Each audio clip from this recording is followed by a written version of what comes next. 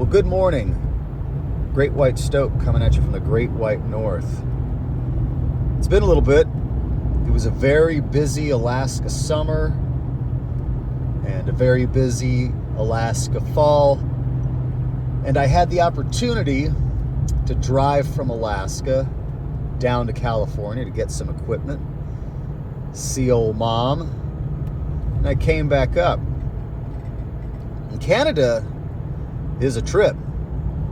You get out there on the Alcan and man, there are so few people on that road that the bears don't even consider you. They'll just sit there eating by the side of the road while you stop and take pictures. They're not running away. Up here in Alaska, you see a bear on the road and approach it, it's trucking off into the forest. And it's very, very weird. California has Mexicans. Canada has Gupta-Puptas and Filipinos en masse. And a very interesting thing happened on the way to California.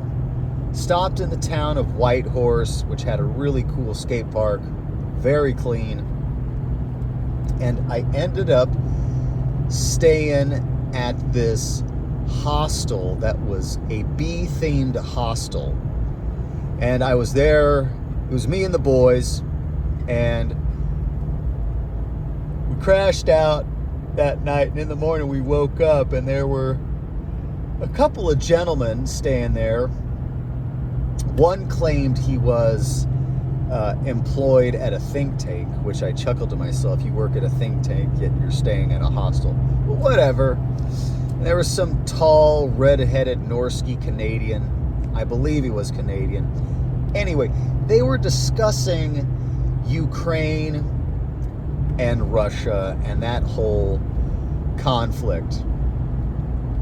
And these dudes were trying to have some academic, intellectual discussion.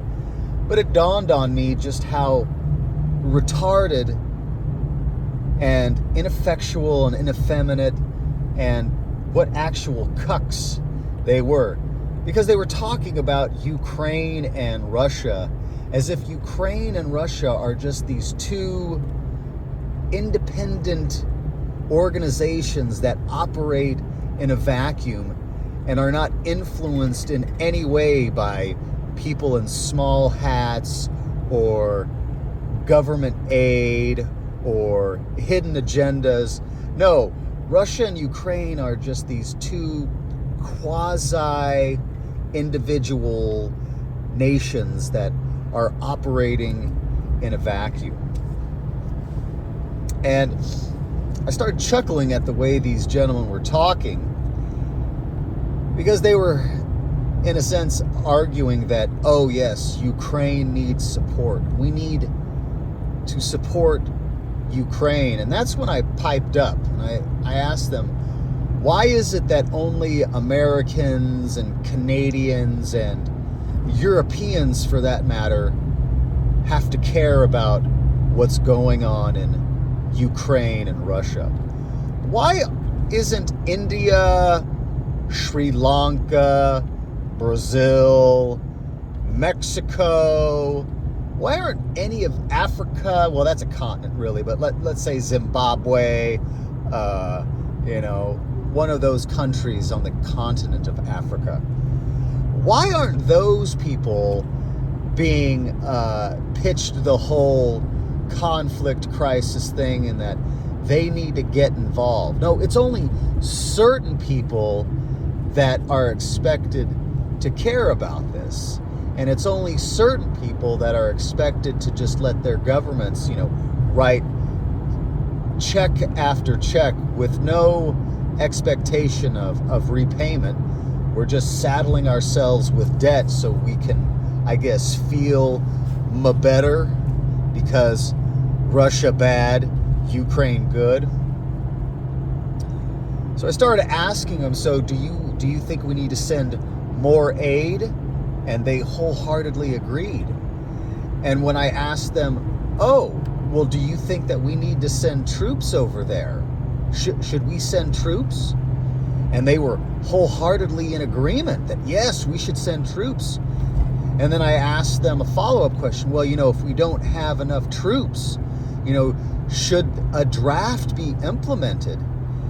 And of course, this small, nebbish-looking gentleman that claims he works for a think tank and the tall, carrot-topped Norski said, yes, we should have a draft. And then, of course, the follow-up question, while my son is sitting next to me,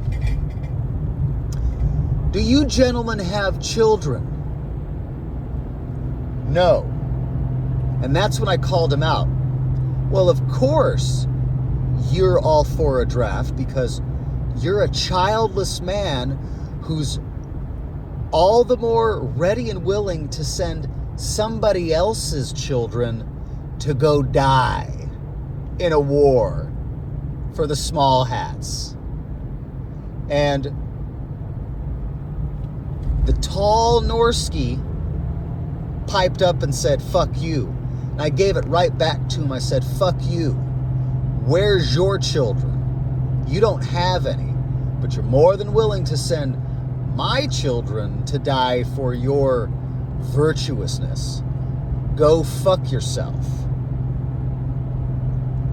And that whole little diatribe, they were not ready for someone to say, fuck you,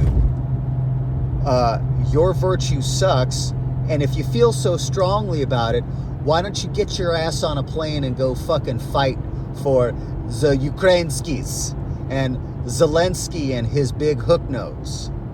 Now see, they don't want to do that. They want to export the virtuousness.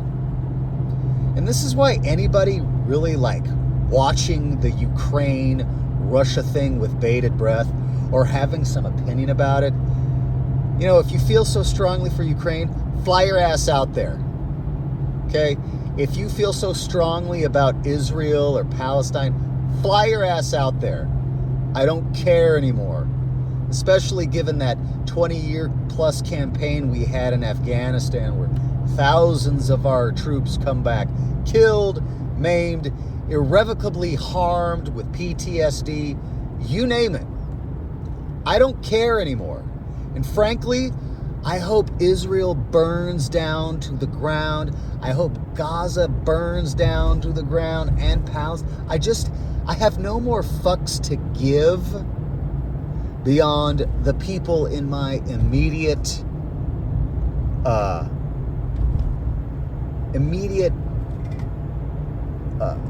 surroundings, right? I am done caring about other nations while ours is just thrown into the toilet. I'm tired of the bloviators. Over it. I hope you are too, because all this stuff that's being put in front of us is designed to do one thing: stress, fear, divide, and make you take a position that you don't really need to take, right? You got more important things going on in your life than to worry about what these small hats are doing or what Palestine is doing. I mean, frankly, at this juncture, unless you've hopped on a plane and gone over there, right, you're just being shown stuff for the sole purpose to manipulate your emotions. And okay, hey, for the sake of argument and logic's sake, let's just assume that what's going on is real. Haha, Israel. Who cares? Who cares? Let Brazil, let Guptas, let some other country that doesn't have white guilt and oppressive and engaged in slavery. Oh wait, dang, they've all done that. They've all engaged in that. Well, well, shit. There you go. I don't care. I don't care. Frankly, let them turn each other into a parking lot.